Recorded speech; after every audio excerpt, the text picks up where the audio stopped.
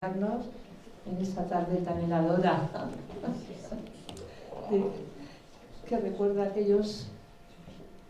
fríos inviernos de Albacete, como aquel que los que somos mayores vivimos 24 bajo cero unas navidades. Bueno, por lo menos estaba nevado y estaba muy bonita, ¿no? Una advertencia previa que me ha recordado Llanos. El día 21 de febrero comenzamos un nuevo ciclo dedicado a las ciudades grecorromanas de Asia Menor, y el ciclo va a empezar a las 7:30 de la tarde. Es decir, vamos a adelantar media hora por necesidad de los conferenciantes, y de todas formas, bueno, nos servirá de experiencia y de prueba para ver cómo reaccionan nuestros asistentes. Brevemente les voy a presentar a la conferenciante de esta tarde. Tengo el grandísimo honor de presentar a una amiga, a Luz Neira. Es catedrática de Historia Antigua en la Universidad Carlos III de Madrid, y es ahora mismo, yo creo que es la persona que ha cogido la batuta en España para el conocimiento de los mosaicos romanos. Creo que es ahora nuestra primera figura con un reconocimiento además internacional. Ella se licenció en Historia Antigua en la Universidad Complutense y tuvo como maestro a un profesor muy querido, a don José María Blázquez, que era un sabio de la Historia Antigua. Era una persona que además era muy divertido, es decir, y que formó grandísimos discípulos. Los que habéis salido de su cobijo, pues estáis todos somos muy en la afortunados cresta de la hora, como quien dice, ¿no? Hizo también Historia del Arte en la Complutense, que hizo esas dos licenciaturas, y luego, por supuesto, hizo la tesis doctoral sobre mosaicos romanos y ya dentro del área de Historia Antigua. Tiene muchísimas publicaciones, cientos de publicaciones. En eso es una fiel seguidora de su maestra, don José María Blázquez. Y un día le pregunté a don José María, ¿cómo puede publicar tanto? Bueno, me dijo, es irrepetible. Sí, lo imagino. Y bueno, ella está en la misma línea, y además ella ha hecho muchísimas estancias en el extranjero, en centros de investigación, en universidades, muchas de ellas de la mano del Instituto Arqueológico Alemán, que es una institución paradigmática y muy importante para toda la arqueología europea, de la que ella también es miembro. Y bueno, pues estancias en Berlín, en Siena, en Roma, la última en Roma. La última en Roma, eso es una suerte tremenda. Habla muy bien además alemán, es decir, y otros idiomas. Sí, bueno, es un idioma dificilísimo, ¿no? Y bueno, desde hace se habilitó, y tenemos la suerte ya de tenerla como catedrática. Es miembro de comités, tiene muchos proyectos de investigación, de I+D. Es directora del Seminario Internacional en torno a los mosaicos romanos, presidenta de la Asociación Española para el Estudio del Mosaico Antiguo, coordinadora de Patrimonio y Museos, exposiciones y galerías. Antes ya era Patrimonio y Artes Visuales, en un máster de Gestión Cultural en la Universidad Carlos III. Es subdirectora del máster de Creación Teatral. Es miembro de la red de expertos en patrimonio cultural y natural de las universidades. Es académico correspondiente también de la Real Academia de la Historia. Es decir, que es un placer que hoy estés con nosotros, y es un placer también para oírla en esta conferencia sobre la música en los espectáculos del mundo romano. Luz, bienvenida. Muchísimas gracias. Muchísimas gracias a ti. Muchísimas gracias, Rubí. La verdad que me siento muy honrada por estar aquí en Albacete, en el Museo de Albacete, con esta actividad que lleváis y que dirige Llanos desde la asociación, y con la presencia y la participación de su directora, la anterior directora, la fundadora, para mí como directora fundadora, Rubí Sanz, a la que tuve además la fortuna de conocer mejor en su etapa como directora del Museo Arqueológico Nacional. Recuerdo que Rubí, viniste no sé si fue al primero o al segundo seminario que hicimos en la Carlos III. Sí. Y agradezco también la presencia aquí de la actual directora, de Blanca. La verdad que me llena de orgullo estar en este foro donde hay tantísimas actividades científicas, porque le decía yo a Llanos y a Blanca, y cuando estábamos hablando también con Rubí, que me llega continuamente todas las actividades de la asociación y del Museo de Albacete, y la verdad que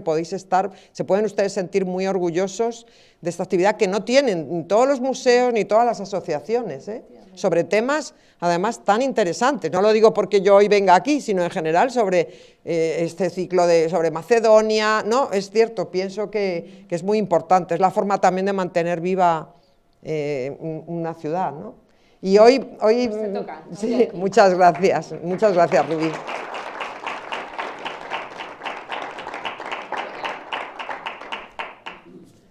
Muchas gracias también a la coordinadora del ciclo, que aunque no esté presente aquí, a Isabel Rodríguez, que me invitó cuando hablaron de organizar este ciclo de conferencias. Me pidió que viniera a Albacete, al museo, a hablar, en este caso, de la música en el mundo romano, pero en una serie de espectáculos, porque como todos ustedes saben, la música formaba parte de la vida cívica, de la política, de las celebraciones religiosas, de las contiendas bélicas, de los sacrificios, pero hoy yo hablo aquí de la música, del papel de la música, de los músicos, de los instrumentos propios de los espectáculos. Cuando hablamos de espectáculos, muchos piensan que solo pueden ser de ámbito público, y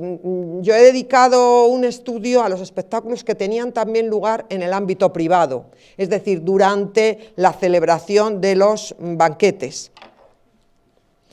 Siguiendo en Roma, la tradición, son los temas que voy a tratar en este índice, pero no me extiendo demasiado en lo que voy a tratar, y iré hablando de ello, teniendo en cuenta que ya en las comedias de Plauto y Terencio, sobre todo cuando, al final de la segunda parte de la República, se hablaba siempre del papel que tenían los músicos, y concretamente del tibiquén, es decir, del músico encargado de tocar la tibia, que en muchos casos era también la doble tibia, en alusión al doble aulos del mundo griego. Fíjense, aludiendo a esas referencias que tenemos en las comedias de Plauto y Terencio, cómo este mosaico magnífico de Pompeya, de la casa del poeta trágico, nos muestra precisamente entre bambalinas cómo deberían estar ensayando para luego salir a escena, tal y como nos relataban Plauto y Terencio. Y entre bambalinas se aprecia, por supuesto, a los actores que tienen todavía depositadas antes de colocarse las máscaras, pero para un tema como el de hoy, claro, nos llama la atención el músico, vean que está tocando el doble aulos, y que tenía, insisto, un papel muy relevante, no solo en los sacrificios, no solo en la comunicación del calendario, no solo en distintos eventos, sino aquí concretamente en las artes escénicas, en las comedias, durante las comedias de Plauto y Terencio. Aparte de mencionar el papel del tibiquén, que era fundamental, hasta el punto de que llegaron a tener un ego que les hizo hacer incluso una huelga a los tibiquines en época republicana en Roma. Pero Plauto y Terencio mencionaban también el papel de las músicas. He señalado la tibiquina, la fidiquina y también, aunque en menor grado, la quitaristria y la saltria, que era como una pequeña arpa. En esta línea, Plutarco, mucho tiempo después, autor nacido en las provincias griegas en el siglo II después de Cristo,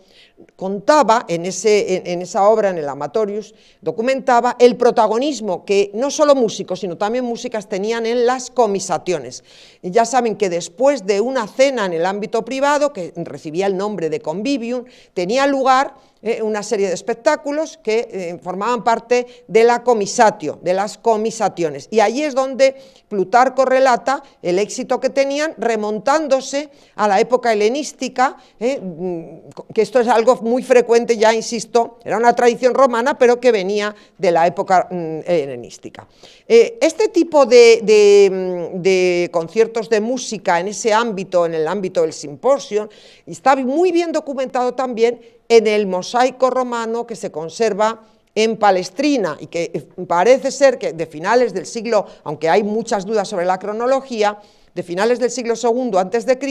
documentaba el Nilo, desde las fuentes del Nilo, desde su nacimiento, en la parte superior, pero lo que nos interesa es ya próximo a la desembocadura, la imagen, esta imagen de banquete. Aquí es un banquete muy especial porque no tiene lugar en el interior, no tiene lugar en un triclinio, no tiene lugar en el interior de una domus, pero tiene lugar justo a ambas orillas del Nilo, y vean cómo mientras los protagonistas de ese banquete, el anfitrión y sus invitados, estaban degustando, además con la tradicional postura de costados, estaban degustando bebida y probablemente también comida, vemos ya aquí este personaje con la siringa, que es un instrumento que, como todos ustedes saben, se atribuía a un origen vinculado siempre al cortejo de Baco. Y en la parte izquierda, a la otra orilla, vean también cómo otros personajes están probablemente con esos movimientos, están acompañados por la música de la siringa. Es probable que estuvieran entonando algún tipo de canción. Por tanto, ya en un mosaico de época republicana, de finales del siglo II a.C., vemos documentada los espectáculos que tenían lugar después de la cena, después en el marco del convivium. Hay además otros autores de época tardo-republicana, del siglo I a.C., que documentan con creces el papel que tenían estos espectáculos. Piensen que en muchos casos, para hablar de ellos en sentido negativo, no siempre en sentido positivo. Piensen, por ejemplo, que entre esos autores estaba Cicerón. Decía que tanto los que tocaban instrumentos como los bailarines eran de lo peor, los comparaba con los peores oficios, y en distintos discursos habla de ellos. También Salustio, en su Conjuración de Catilina, expresa algo terrible sobre esas mujeres que, aun procediendo de un estatus alto, habían empezado también a tocar instrumentos y a bailar. Es decir, que durante un tiempo había estado casi vedado lo que sería el aprendizaje de los instrumentos, lo que sería el canto, el baile, y poco a poco, según avanzamos en época republicana y vamos llegando al cambio de era, vemos que ya empieza a valorarse de otro modo. Pero no obstante, para un personaje como Salustio es sumamente, es vil prácticamente que una mujer honrada, fíjense lo que pone, quan ne que se exproba, es decir, que baile y cante y toque instrumentos más de lo que una mujer honrada necesita. Esto es una frase muy famosa que a mí me choca muchísimo que no haya sido después citada y referida por otros autores. Solo Macrobio, en el siglo IV después de Cristo, se hace eco de esa cita, insisto, peyorativa que nos daba Salustio. Pero en el otro extremo, Propercio, el gran poeta, nos habla de la llegada, cómo se ha abierto, cómo Roma, esa Roma republicana influida tardo-republicana, pero muy influida por las corrientes helenísticas, empieza a profundizar en este tipo de actividades y se documenta la llegada de cantantes, de danzarines, de músicos, de instrumentistas,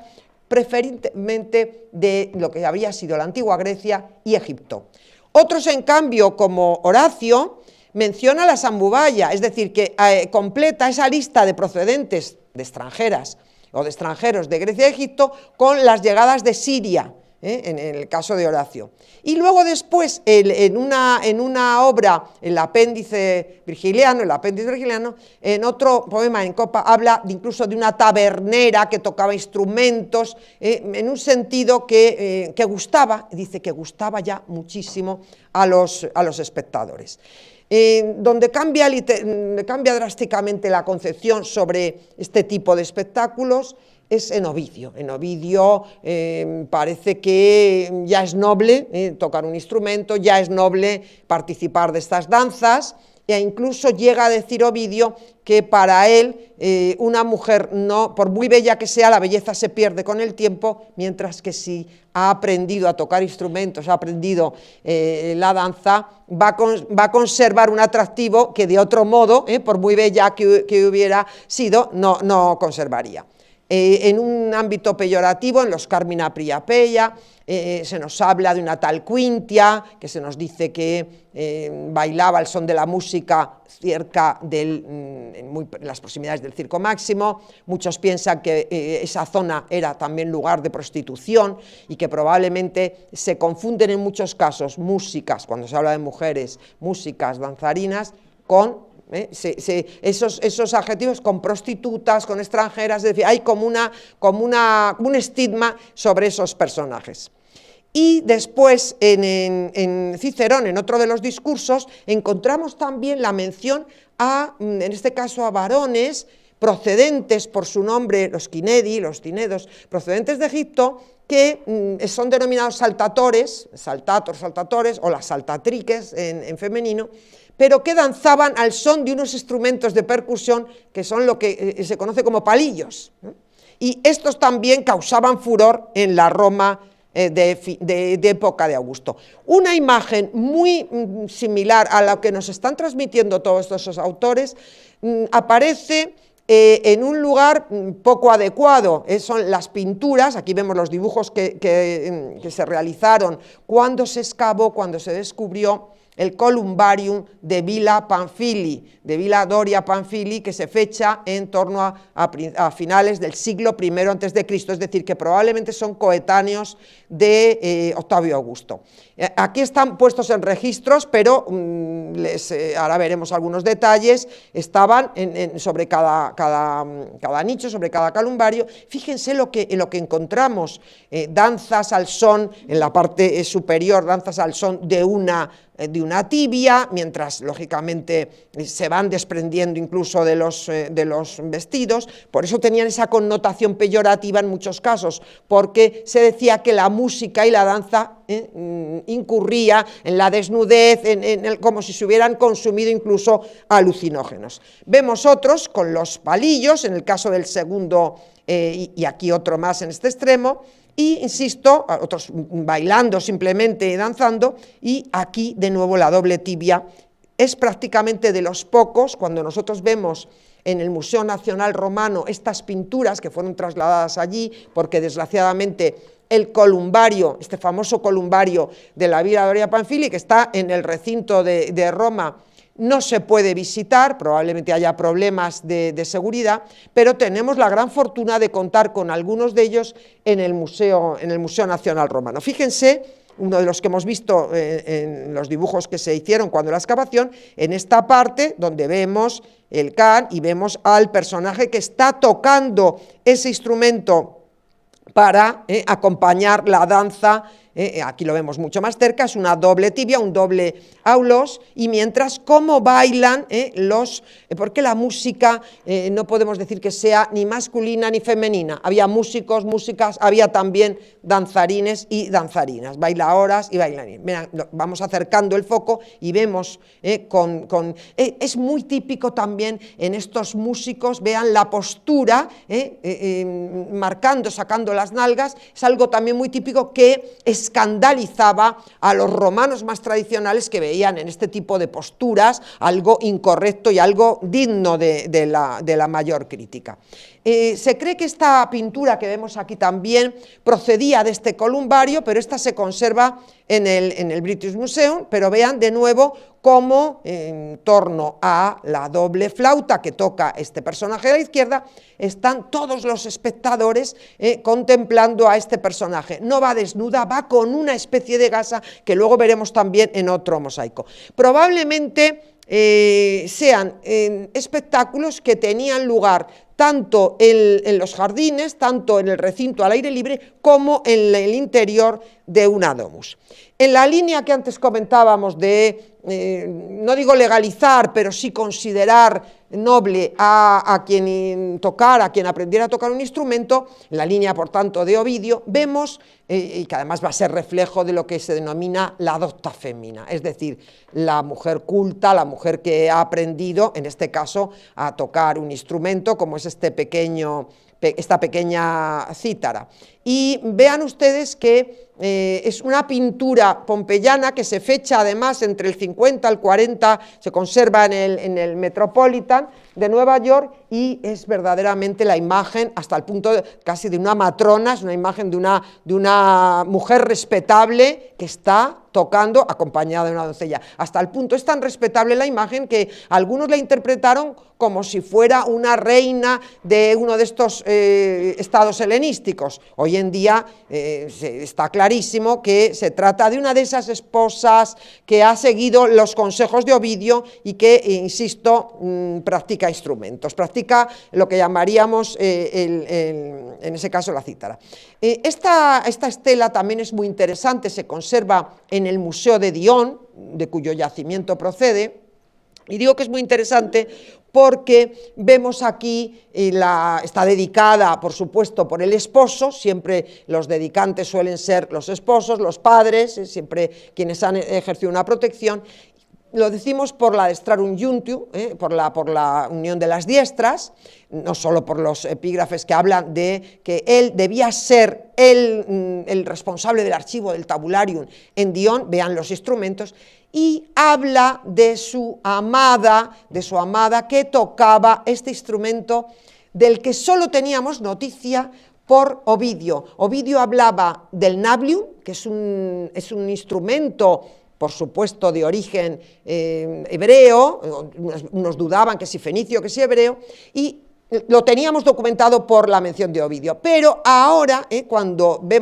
se descubrió esta estela en los años 90, ponemos imagen a ese instrumento mencionado, insisto, únicamente por Ovidio, lo vemos por primera vez representado. Otras imágenes de féminas con una apariencia respetable, y como ya ven aquí hay una gran dualidad entre las que son criticadas, porque son además procedentes de territorios dominados por Roma, pero que proceden de esos territorios ajenos a lo que era la tradición más estrictamente latina. Pues vemos también en esta maravillosa estela que se conserva en el Museo Nacional de Arte Romano de Mérida. Aquí, tocando, el dedicante no es el padre o el esposo, es una mujer, es curioso, y ya García y Bellido y García Iglesias discutían sobre si habría sido su maestra, si la habría prohijado, si la habría adoptado. Lo que está claro es que esta bellísima estela nos muestra una fémina con una actitud, es la famosa Lupatia lupata, y vean que está tocando la pandura, que es otro instrumento como si fuese una pequeña guitarra, un instrumento de cuerda, que también está aquí magníficamente ilustrado y no es de los que más aparecen en las artes figurativas, por tanto lo mostramos por su significación. Tanto en los convivia, claro, no todos tenían músicos, no todos tenían números de danza, y en ese sentido es muy revelador una parte, fíjense, del 27 al 78, una parte considerable, aunque no sea una obra histórica, pero en el Satiricón de Petronio se nos muestra esa gran cena, por supuesto exagerada, atribuida a un nuevo rico, donde lógicamente hace un dispendio tremendo para epatar a todos sus invitados, pero hay que tomar en cuenta esos versos del Satiricón, porque aunque esté exagerado, vemos como en muchos casos los músicos son también los criados que sirven unos platos de apariencia increíble y luego cuando se abre la tapa no es lo que parece, es decir, se juega mucho con este artificio de mostrar y de sorprender a los invitados. Entonces es muy interesante también el Satiricón de Petronio, pero claro, si hablamos de personajes históricos, cuando una célebre frase también de Marcial, cuando se le pregunta que cuál era el convivium preferido, y él dice, donde no haya coraules, donde no haya músicos, es decir, que Marcial se supone que acudía a veces, porque no tenía más remedio, a alguno de esos convivia y le espantaban esas comisaciones donde los músicos atronaban, y dice, donde no haya, y dice, ¿cuál es el que prefieres? Dice, donde no haya. Luego también Marcial es curioso, digo porque la visión de la música no siempre ha sido positiva, ¿no? Hay a quienes molesta. Y es muy curioso porque Marcial también es de los primeros que menciona la llegada de las puellae gaditanas. Todos hemos oído hablar de las gaditanas, y es de los primeros, insisto, que habla de ellas, también después Juvenal, como no. Dando un salto en el tiempo, en el siglo, o sea, a principios del siglo III después de Cristo, este mosaico es un mosaico excepcional que documenta esta idea bien referida por los autores antiguos. Está conservado en los museos vaticanos, es una pieza excepcional como documento histórico, pero está prácticamente escondido en una sala a la que no se tiene acceso, porque son de esas salas, tienen tantas salas que en muchos casos es imposible tener a un vigilante por sala, y entonces en muchos casos hay salas cerradas con un cordón donde no tiene acceso el público visitante, y es una pena porque fíjense, procede de una vila del Aventino, aparecía en un programa iconográfico mucho más rico, donde también había escenas de buenaciones, escenas de espectáculos en el anfiteatro, pero digo que es muy interesante porque claro, aquí lo que estamos viendo es, no vemos al anfitrión y a los invitados, que es lo que frecuentemente vemos en las representaciones de estos convivia, de estos banquetes, sino que vemos, lo primero de todo en el centro, fundamental, un personaje que padece acondroplasia y que está haciendo de sirviente en torno a la mesita, que es una mesita délfica. Hemos hecho un estudio en profundidad, Isabel Rodríguez, la coordinadora de este ciclo, y yo misma, y profundizamos en el estudio, en el análisis de este mosaico, y vean cómo, además de esa mesita, que era como una mesita supletoria, donde se disponía el vino, lo que aparecen sobre todo, digo, la acondroplasia, los sirvientes, los enanos sirviendo, eran muy frecuentes, y también están documentados sin ir más lejos, por el propio Luciano, que nos habla incluso de uno que se llamaba gelotopoios, es decir, que era muy frecuente que este tipo de personas con esos problemas sirvieran en estos convivia. Y luego, fundamental, como no, las bailarinas, no sabemos si son gaditanas, no sabemos el origen, pero las altatriques que están bailando mientras ellas mismas tocan pequeños crótalos. Ya saben que había, Marcial nos habla de los crusmata como si fueran un tipo de castañuelas, claro, relacionadas con el origen gaditano, pero aquí realmente lo que vemos son unos pequeños crótalos, no crótalos de mango, y ellas están bailando al son de esos crótalos. Ahora veremos un detalle, pero fíjense que además están también acompañadas por esos probablemente cinedos, por esos kinedi, no sabemos si procedentes de Egipto, quizá de otro origen, que están también bailando mientras tocan los palillos. Importantísimo este tibiquén, que toca la doble tibia, porque fíjense que al tiempo, igual que este otro, está haciendo sonar el scabellum. Los scavilari, con esas, son como unas sonajas con el pie, entre unas sonajas de metal, como si fuesen unas alzas de madera, y este instrumento de percusión era fundamental para marcar el ritmo. Y tenemos aquí esa representación que, insisto, conocíamos por los autores antiguos que nos hablaban incluso de un colegio. Estos músicos se asociaban en muchos casos con fines, como suele suceder o como suele ocurrir en algunos casos, con fines relacionados con el mundo funerario, y es curioso porque hay un colegio de scavilari, es decir, un colegio de músicos que tocaban este instrumento, muchas veces en gran cantidad de ocasiones, que tocaban al tiempo la doble tibia. Vean cómo es verdaderamente interesante este personaje con la cabeza bien desarrollada, y no solo, como decía antes Luciano, antes Propercio hablaba de estos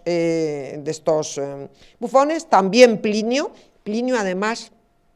recrimina a quien en muchos casos había, aparte de hablar, fíjense aquí, Scurra y Chinedi, en muchos casos también recrimina que algunos que estaban invitados, después han declinado la invitación porque les han invitado a otra cena donde había espectáculos de música y danza más numerosos. Y luego Luciano, que en su Symposium, en su tratado, habla de este gelotopoios. Vean, aquí se ve muy bien en este detalle, insisto, de este mosaico conservado en el Vaticano, se ve muy bien el escabelum, la doble tibia, y luego otro detalle, los palillos que toca este quinedo. Vean cómo mueve las nalgas con gran interés, como lo hacían los bailarines de origen egipcio, y se ven muy bien los crótalos, los pequeños crótalos. Fundamental la gasa que lleva esta saltatriz. Algunos autores dicen que vestían como una especie de gasa hecha de seda, y dicen incluso la procedencia, seda de la isla de Kos. Aquí casi, cuando estamos viendo este mosaico, no solo estamos asistiendo,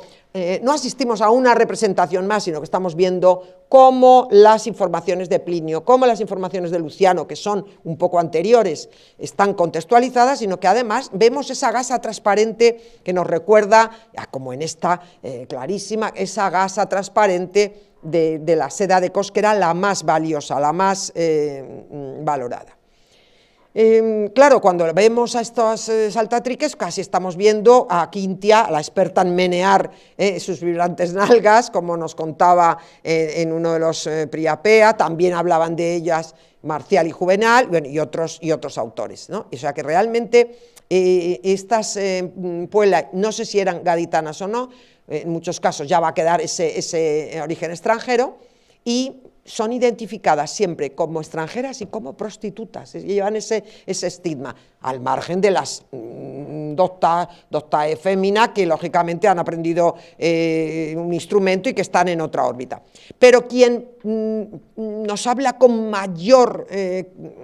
acidez de estos convivia, de estas conversaciones, es Clemente de Alejandría. Clemente de Alejandría debe ser contemporáneo. Sabemos que visitó Roma, desde luego no sabemos si, no creo que él acudiera a uno de estos convivias, seguramente le han trasladado esa información. Clemente de Alejandría, ya cristiano, ya se había convertido, es quizá, tanto en el Pedagogo como en otras de sus obras, es el que hace la crítica más feroz a este tipo de espectáculos. Esta imagen es verdaderamente maravillosa.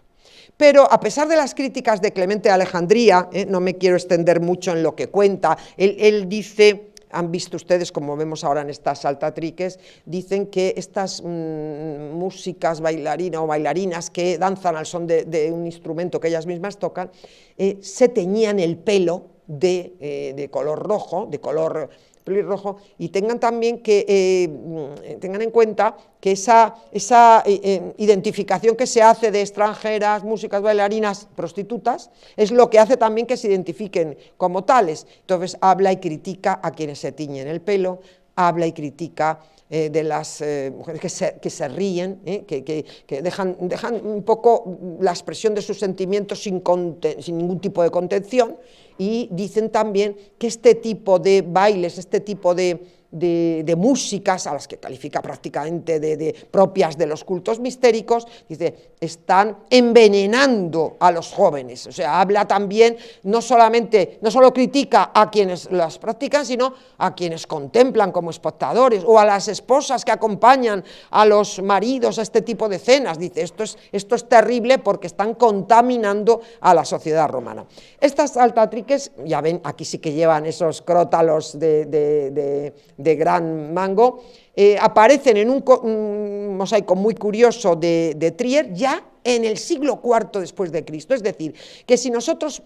podríamos pensar que el cristianismo, a pesar de las críticas de Clemente y de otros muchos,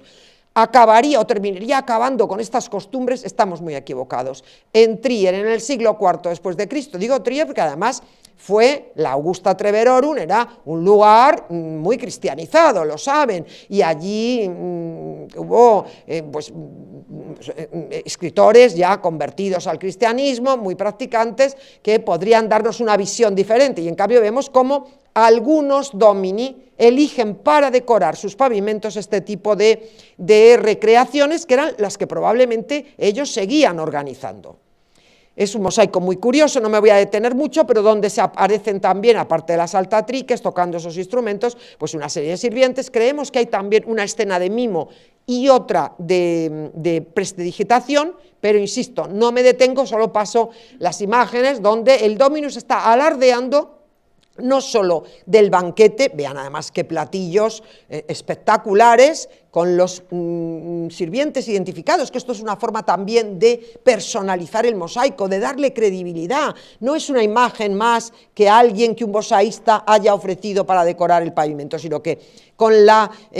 personalización, con la inscripción de los nombres de los sirvientes, también está personalizando el propio mosaico. Platos, bandejas, que nos recuerdan mucho a lo que nos relataba Petronio en el Satiricón, con todos los platos que ofrecía, platos de viandas que se consumían en la época, y de pescados también, como no, y además, insisto, otros sirvientes que están relacionados con el servicio del vino, y por supuesto también algunos de esos haciendo también un sacrificio en el proveedor, y insisto, poniendo de manifiesto que junto a ese banquetazo también tenían en su lugar la actuación de esas dos saltatrices, Helene y Cristentia. Es largo hablar de los nombres, pero unos son de origen griego, probablemente por el origen, si no de las mismas o de los mismos sirvientes, su descendencia, y otros, en cambio, como hemos visto en el caso de Andegasus, es de origen galo, es decir, que ahí se ve también la diversidad de procedencias de los sirvientes que formaban parte de lo que sería el personal de ese Dominus de Augusta Treverorum. En el caso es un caso relativamente similar al que vemos documentado en este magnífico mosaico muy fragmentario que se conserva en el Museo del Bardo. Este procede de Cartago, de la zona de Douarnenez, y claro, vemos qué despliegue no solamente por el banquetazo, pero sabemos por el Satiricón de Petronio, aunque sea del siglo I, que eran numerosos los comensales que asistían a este tipo de banquetes, y ya ven ustedes cómo lo que destaca sobre todo son los personajes invitados consumiendo, acompañados o atendidos por numerosos sirvientes, pero fíjense en la parte central, es una pena que no se conserve, este ya es muy tardío, ya es del siglo V después de Cristo, por lo tanto, se está testimoniando el mantenimiento de estas costumbres de los espectáculos en el ámbito privado. Vean, aquí se ve muy bien cómo hay un músico amenizando ese banquete, tocando la siringa, ese instrumento de viento que decíamos que se atribuye siempre, incluso se dice que fue inventado por Pan, del cortejo dionisiaco, y vean aquí otras de las féminas tocando los crótalos de gran mango. Este Dominus de Cartago le dio tanta importancia como el de Augusta Treverorum a lo que es el banquete de viandas como a los espectáculos de música. Y como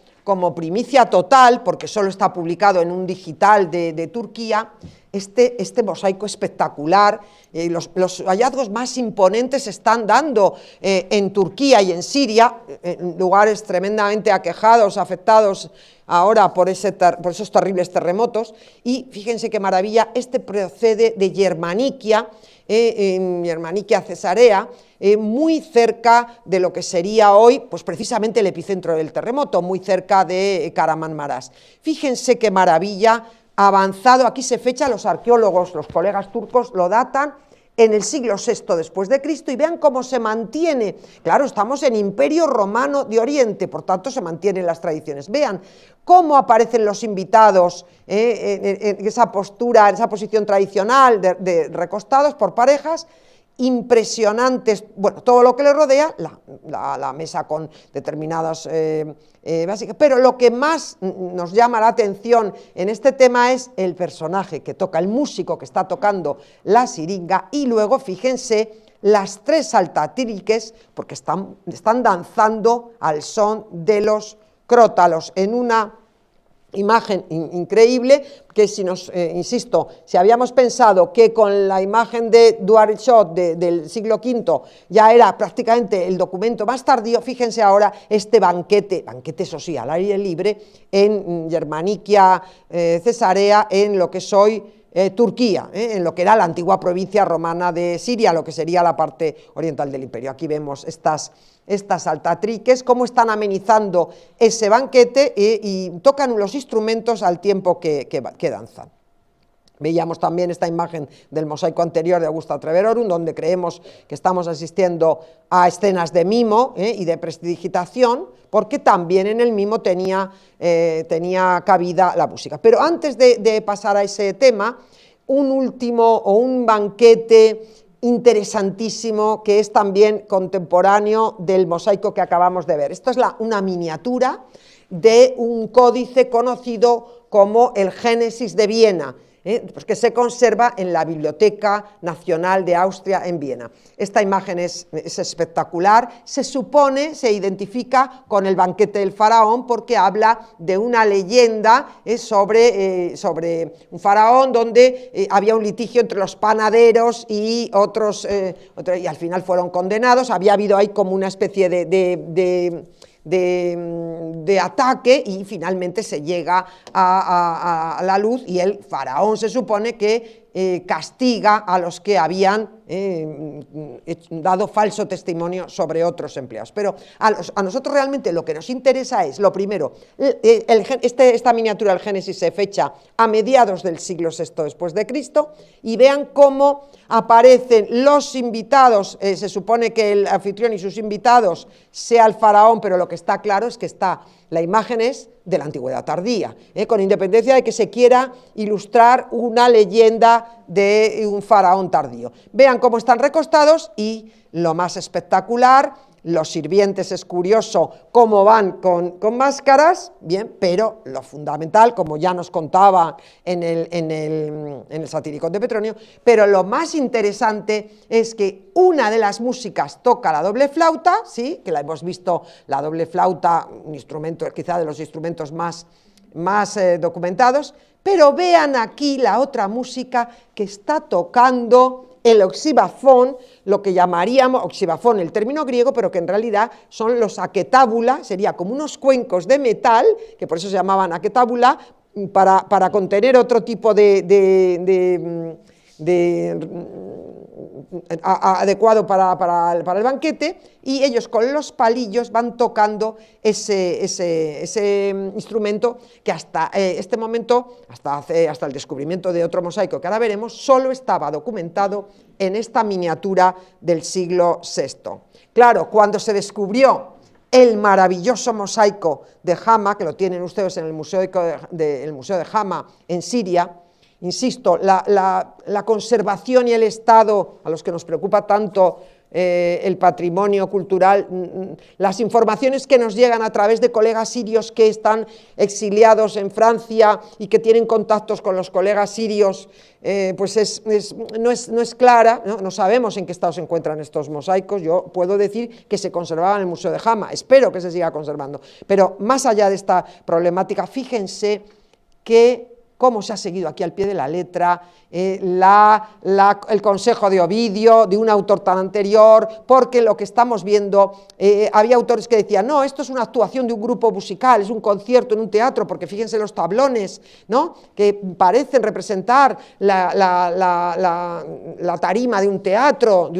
no en piedra, lógicamente, un teatro, y vean también los paneles móviles. Llegamos a la conclusión, se ve mejor en esta escena, pero quería que vieran toda la orla, que las que tocan, en este caso, fíjense, los pequeños tímbalos, la gran cítara, el oxibafón, es decir, la saquetábula, la que está tocando, preparada para tocar la doble flauta, el órgano, el hidráulis, pero no hemos sacado todavía a relucir este maravilloso órgano, y los crótalos de mango, no tienen el aspecto. Lo primero de todo, si ustedes se dan cuenta, están preparadas para posar. Es decir, no quiere decir que ellas tocaran, puede que tocaran realmente los instrumentos, pero parece ser, fíjense, los peinados, se dice también que tienen el aspecto, se fecha el mosaico a finales del siglo IV en época teodosiana, y unas son más jóvenes que otras, o sea, puede ser también un grupo familiar que de modo oculto, sobre todo en la parte oriental del imperio, han seguido esa formación musical y hacen una especie de performance, de puesta en escena, justo después quizá del banquete. Es decir, parece que es más un grupo familiar que en un momento dado, porque además hay autores que dicen, donde se había servido la mesa, es decir, lo que había servido de mesa para el banquete, después servía también para la escenificación, es decir, que probablemente, como cuando nosotros retiramos una mesa donde hemos consumido y ahora vamos a bailar o ahora vamos a tocar un instrumento. Es realmente espectacular este mosaico. También seguimos teniendo en épocas muy tardías la siringa documentada, aunque sea aquí a manos de personificaciones de las estaciones, en Ravenna, en el siglo VI después de Cristo. Con este panorama, en lo que yo quiero incidir es en la pervivencia de estas costumbres, de estos espectáculos a lo largo de la historia hasta épocas muy tardías, al menos hasta el siglo VI después de Cristo. Claro, más allá del ámbito privado, también tenemos el papel de los músicos, fue fundamental en los espectáculos públicos, en Ludi y en Agones, y en ese sentido, vean cómo la tuba, en este caso no habíamos visto hasta ahora la tuba es fundamental para dar inicio a la competición. Esto hay numerosos autores que lo mencionan, pero Juvenal dice que no solo para dar inicio al número en sí mismo, sino que también en algunos casos tocaban en el transcurso de los ludi o de los agones. Este es del mosaico de las termas de Porta Marina en Ostia, maravilloso, donde vemos el papel estelar del músico junto a los atletas. También fundamental el papel del músico, el papel de quien toca, fíjense, la tuba, que además eran, efectivamente, a ustedes les parecerá de una gran longitud, pero nos hablaban de esa longitud, a veces pesaba tremendamente porque podían ser de metal, aquí en la entrega de premios. Es decir, no solo para dar inicio a los juegos, sino también en el momento de la entrega de trofeos. En esto no ha cambiado nada la organización de los eventos que se derivan de aquellos juegos. También en este caso estamos viendo la entrega del premio crematístico, no solamente lógicamente del premio simbólico, y también aparte de la tuba tiene un papel estelar en los espectáculos públicos en la arena, tanto el cornu, el músico que tocaba el cornu, ya saben ustedes que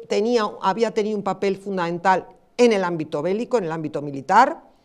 había tenido un papel fundamental en el mundo funerario. De hecho, el relieve más impresionante que habla de un cortejo funerario, ese relieve de Amiternum, donde aparecen todos los músicos acompañando al féretro de un militar, de un personaje importante, aparecen ahí los cornuas, son varios los músicos que tocan, conocido como cuerno, y luego vean también aquí el personaje que está tocando el hidráulis. Hay incluso emperadores que antes de tomar la dignidad imperial decían que tocaban ese hidráulis, es magnífico este mosaico de Nenic en Germania, donde vemos, insisto, junto a otras figuras protagonistas de esos espectáculos en la arena, vemos el papel de los músicos. Claro, cuando hablamos de músicos en espectáculos en la arena, tenemos que remitirnos, como no, tenemos que citar el maravilloso mosaico de Dar Bukhamerá en Libia, en el Museo de Trípoli, en el Museo de Antigüedades. Fíjense que de nuevo vemos a quien toca la tuba, vemos también a los músicos que tocan los cornua, y vean que tocando el hidráulis, que tocando el órgano, hay una reproducción. En muchos casos ya saben que hay intentos por reproducir estos instrumentos antiguos en base a hallazgos de algunos fragmentos, y ahora, por ejemplo, en la Vila de la Olmeda hay unos conciertos de hidráulis, de órgano, que ha sido elaborado siguiendo lo que no sabemos es si realmente suena como sonaban en la antigüedad. Eso no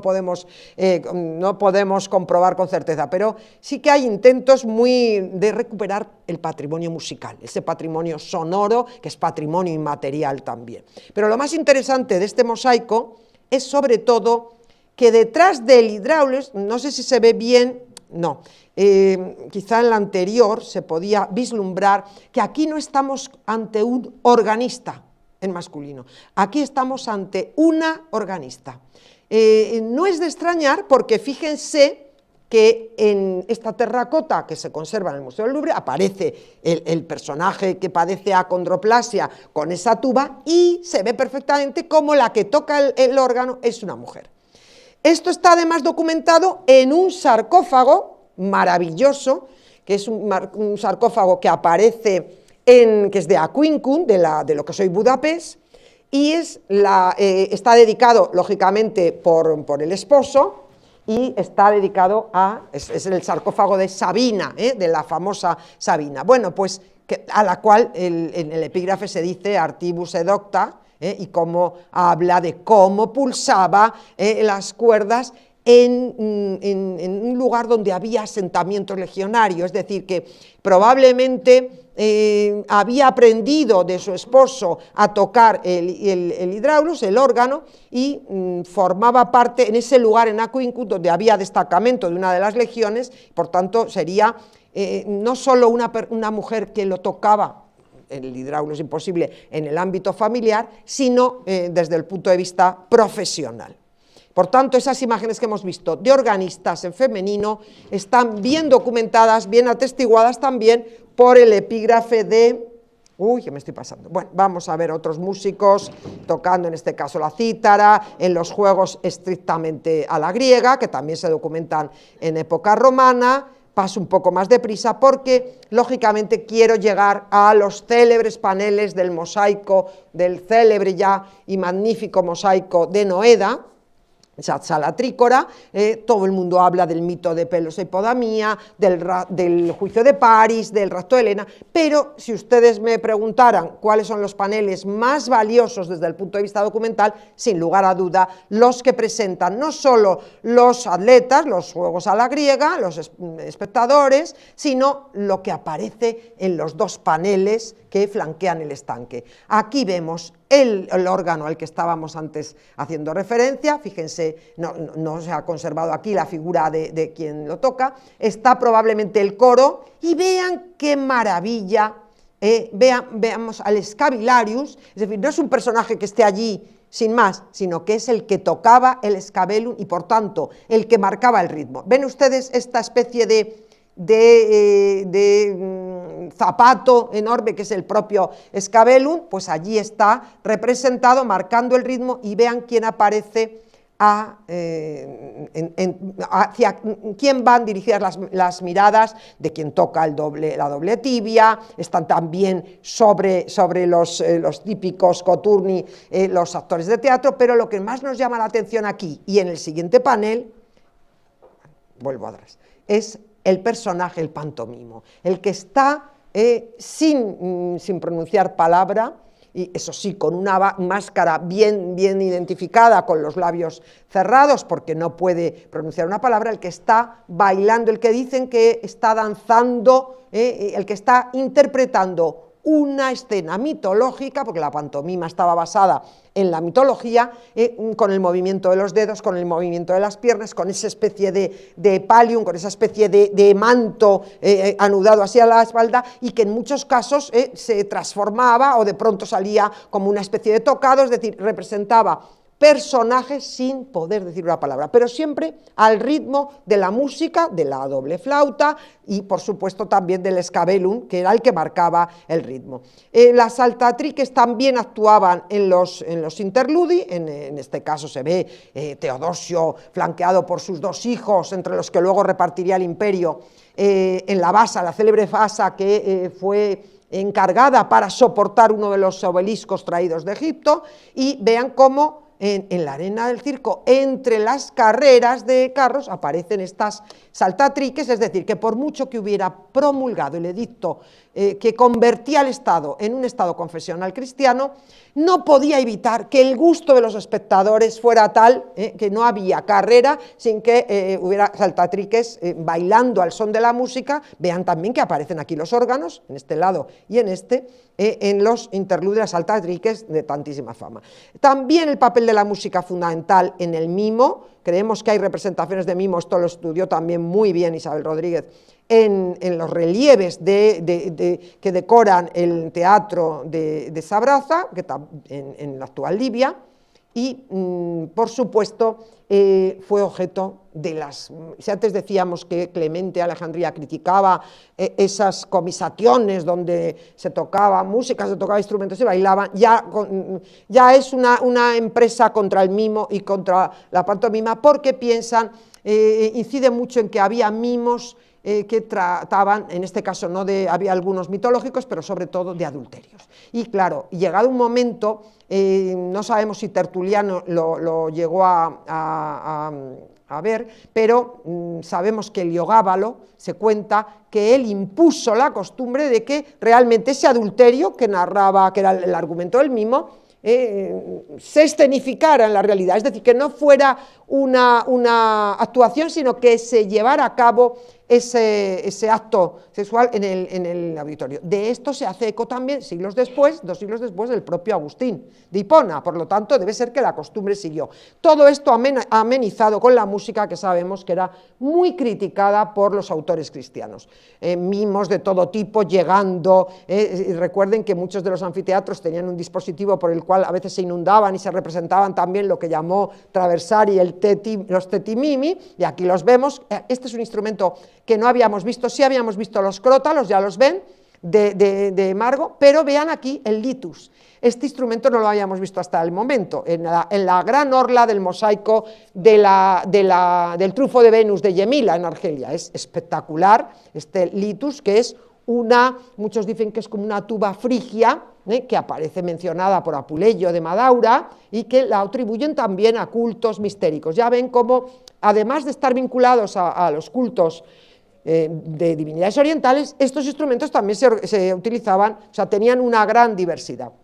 Y claro, como no hemos hablado de mimo, fíjense quien está tocando aquí este instrumento de viento, mientras está representando, vemos también otro de nuevo el órgano, de nuevo vemos el escabillum, ¿no? Vean que no es el mismo zapato, solo llevaban uno, ¿no? El músico, el que marca el ritmo. Vemos al pantomimo, pero ahora nos fijamos sobre todo en la representación de ese mimo de adulterio, con las características del marido engañado, que es denominado incluso en los textos como el estúpidus en tanto ha sido engañado en su propia casa. Vean que ha contraído matrimonio con una esposa más joven, que gasta su tiempo con un joven, que es el joven adúlter, se habla de él, pero que es avisado por una doncella de confianza de que el esposo está en la casa y que puede ser pillado sin fragantía. Bueno, hay muchos mimos de estos de adulterio, hay textos sobre ello, y aquí en Noeda tenemos una representación excelsa de una... Aquí lo que además como novedad en este mimo además aparece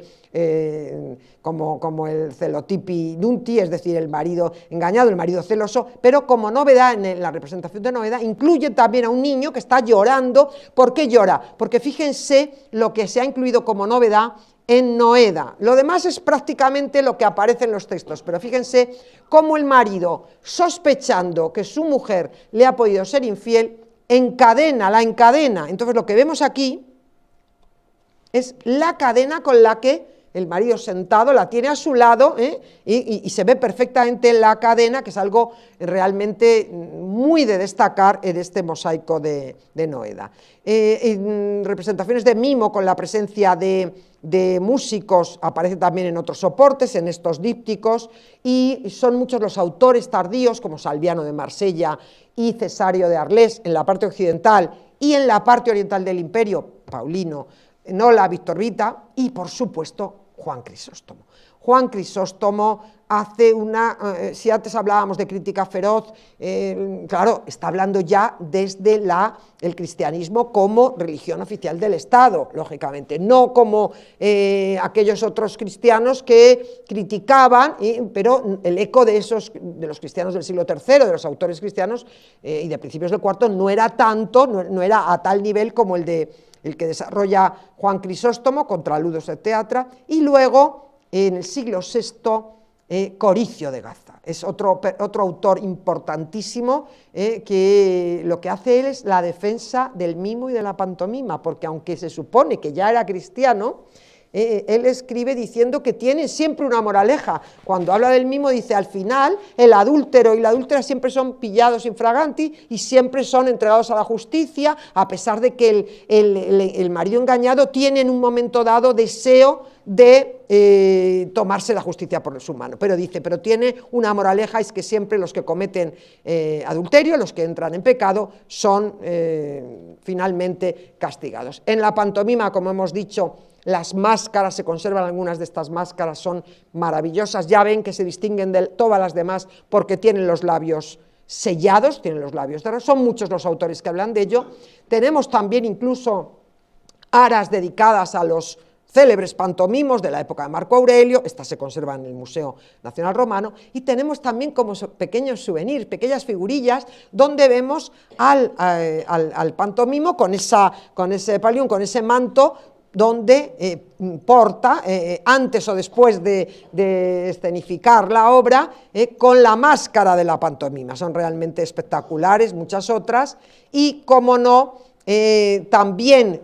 estas máscaras en el llamado tesoro que se conserva en el British Museum, el de Proyecta, en el cofre de Proyecta, porque la pantomima, tanto el mimo como la pantomima, sustituyeron por completo, digo en el fervor popular, a las obras de teatro tradicionales. Sabemos que las comedias de Menandro se representaron durante mucho tiempo, pero acabaron cediendo ante el éxito del mimo y de la pantomima. Hubo muchos defensores y muchos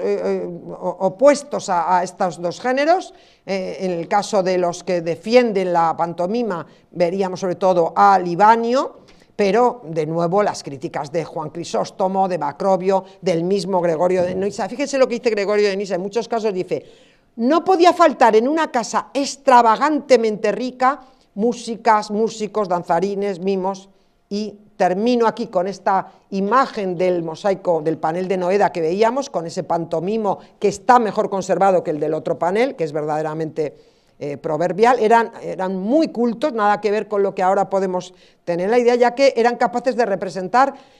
un solo actor a diversos personajes de la leyenda mitológica, es decir, que tenían que tener un conocimiento de la obra y un conocimiento de todos los personajes muy, muy profundo. Aquí se ve también muy bien el Scabilum, y termino, aunque antes he dicho que terminaba con Noeda, termino con esta imagen, este relieve en marfil maravilloso también de Trier, donde vemos ese pantomimo con los labios sellados, y sobre todo termino con este peine de marfil hallado en Antinópolis, que es del siglo VI después de Cristo, donde vemos todavía en esa época la pervivencia, en este caso, de una pantomima. Es decir, igual que había pantomimos, parece que en un momento determinado también hubo mujeres que se dedicaron al género de la pantomima. En este caso conocemos hasta su nombre, se llama Eladia, porque además fíjense que tanto en la inscripción del anverso y del reverso, al final lo que viene a decir es algo así como viva la victoriosa Eladia, que le sea la fortuna, y fíjense en la parte posterior, que estamos viendo en la parte izquierda el anverso, acompañada por un Scavilarius, se ve muy bien que está tocando, está marcando el ritmo, y por otro personaje, y aquí se ve quién es,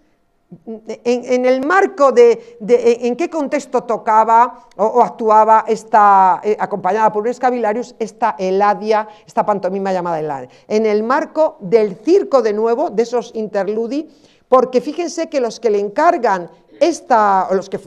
formaba parte de la facción de los Benetton, es decir, de los llamados azules, ¿no? Y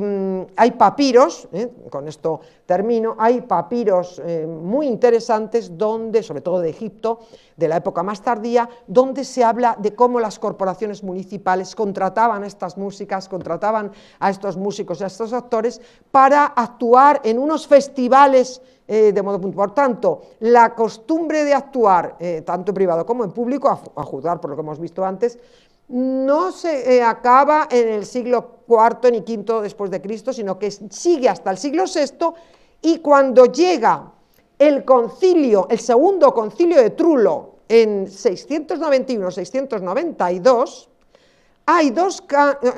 el canon 51 y el canon 62, sigue prohibiendo las músicas, sigue prohibiendo a quienes actúan, a quien con máscaras, es decir, quienes van contra las normas y las tradiciones del cristianismo. Por tanto, si a finales del siglo VII después de Cristo los reunidos en el concilio de Trullo siguen prohibiendo este tipo de danzas, este tipo de escenas para ellos, es porque se seguían celebrando y se seguían organizando. Es la mejor prueba de que esas tradiciones se habían mantenido, vinculadas en muchos casos a Dioniso. Y aquí termino este panorama necesariamente selectivo, con una serie de imágenes que yo creo que son muy ilustrativas sobre este tema tan apasionante de la música en los espectáculos de época romana, agradeciendo su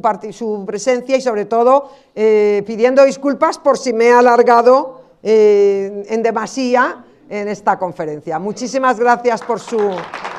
atención.